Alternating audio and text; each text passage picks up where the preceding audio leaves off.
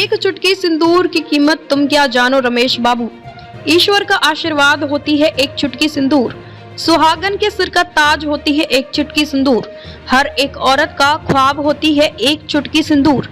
यह भले ही एक फिल्मी डायलॉग हो, लेकिन सुहागन औरत के लिए सिंदूर की कीमत उन औरतों से बेहतर कोई नहीं समझ सकता जिनका सुहाग उजड़ जाता है, जिनकी मांग का सिंदूर छिन जाता है, जिनके बच्चे अनाथ हो जाते हैं, जिनके सर से पिता का साया उठ जाता है और किसी घर का चिराग बुझ जाता है। सोचिए उस पिता पर क्या गुजरती होगी जिसका लगते जिगर हमेशा के लिए इस दुनिया से रुखसत हो जाता है। जी हाँ, आप इस दर्द को समझ सकते हैं जब पहलगाम में हुए आतंकी हमले ने किसी का सुहाग उजाड़ दिया तो किसी के घर का कमाने वाला छीन लिया। लेकिन कहा जाता है कि हर पाप की सजा इसी धरती पर मिलती है और भारतीय सेना ने उसी सुहाग का बदला लिया। ऑपरेशन सिंदूर यह सिर्फ एक सैन्य कार्रवाई नहीं थी, बल्कि उन विधवाओं के आंसुओं का जवाब था जिनकी मांग सूनी कर दी गई थी।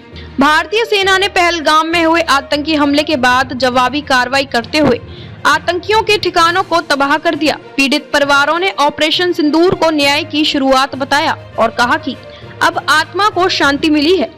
बीते 22 अप्रैल को पहलगाम में आतंकवादियों ने धर्म के आधार पर लोगों को चुन चुन कर मारते हुए 26 निर्दोष नागरिकों की हत्या कर दी थी। इस घटना के बाद पूरे देश में गुस्सा था। इस हमले में मारे गए संतोष जगदलों की बेटी असावरी जगदोल ने ऑपरेशन सिंदूर पर खुशी जताई और इसे सच्ची श्रद्धांजलि बताया। एक न्यूज एजेंसी से बातचीत में असावरी ने कहा, भारत ने ऑपरेशन सिंदूर शुरू करके पहलगाम हमले के पीड़ितों को सच्ची श्रद्धांजलि दी है।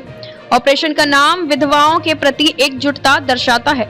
हमारे रिश्तेदारों से हमें इस बारे में फोन आए जब अमित शाह श्रीनगर में मृतकों को श्रद्धांजलि देने आए थे।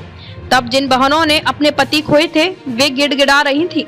मुझे लगता है कि इसी वजह से ऑपरेशन का यह नाम रखा गया है। असवारी ने आगे कहा, मेरे पिता का बलिदान व्यर्थ नहीं गया। मैं भारत सरकार और सेना की आभारी हूँ जिन्होंने मात्र 15 दिनों में न्याय दिलाया। जब से हमने यह खबर सुनी है मेरा पूरा परिवार थोड़ा हल्का महसूस कर रहा है। मैं भारतीय सेना को सलाम करती हूँ और प्रधानमंत्री मोदी को धन्यवाद देती हूँ जिन्होंने देश की जनता का दर्द सुना। उधर भारत तब तक चैन से नहीं बैठेगा जब तक आतंकवाद का पूरी तरह से सफाया नहीं हो जाता। इसी को लेकर एक सर्वदलीय बैठक भी आयोजित की गई। ऑपरेशन सिंदूर के तहत भारत ने पाकिस्तान के 9 आतंकी ठिकानों पर हमला किया।